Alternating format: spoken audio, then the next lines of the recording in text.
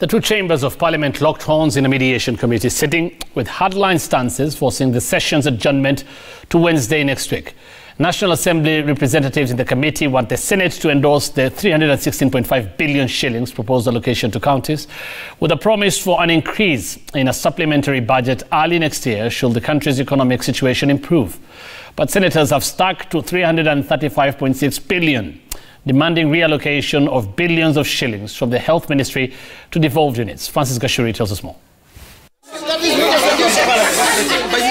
The second mediation committee in as many months kicked off on a stormy note, with senators and National Assembly members unwilling to close ranks on division of revenue between the two levels of government. The senators insisting on nothing short of 335.6 billion shillings to counties, while National Assembly members were unwilling to improve the 316.5 billion shillings proposed allocation to devolved units.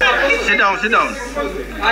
We have a different mindset. It's not mediation. Senate's delegation in the mediation committee demanding the contested 19 billion shillings be sourced from national government ministries, a proposal that sparked protests from the National Assembly team. If we have to discuss that you need more money at the county, then we must ask ourselves, where are we getting that money from?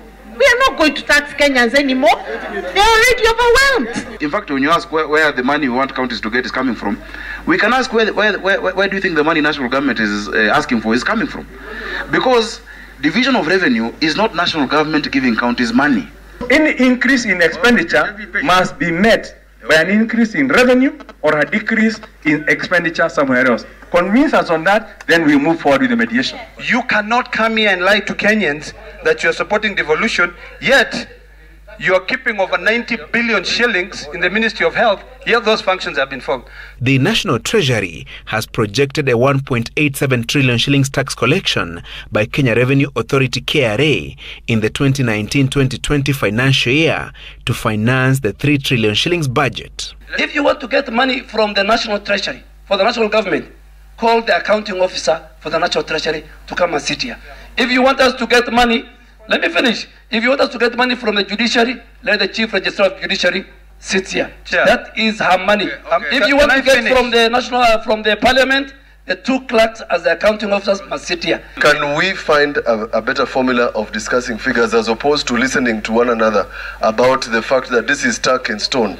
Because if it's stuck in stone, this mediation then must end and fail. If we projected to collect 1.6 billion and we collected only 1.4 billion, what magic do we have to collect 1.8 billion in 2019-2020? We are living a lie as a country. Let's analyze the entire sharing of revenue between these two levels of government. Senators proposing a direct injection of resources allocated to President Uhuru Kenyatta's pet project, the Big Four agenda, into the county kitty, since health, agriculture, manufacturing and housing will be implemented in the devolved units. In fact, we can resolve this matter today. If we say, let's look at the money which has been allocated to universal health care. Let us send it out as shareable revenue. Let's agree the 316.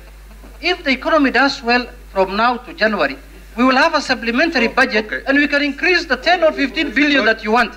Despite the grandstanding in today's sitting, National Assembly Speaker Justin Muturi is hopeful of a consensus. The hardline stances posed by the two sets of lawmakers over the Division of Revenue Bill 2019 rekindles memories of a failed mediation exercise last month, and as the committee members reconvene on Wednesday, at the heart of the discussion will be how to unlock the 19 billion shillings deadlock that has persisted for 2 months and plunged the counties into financial anxiety. Francis Gashuri, Citizen TV, Nairobi.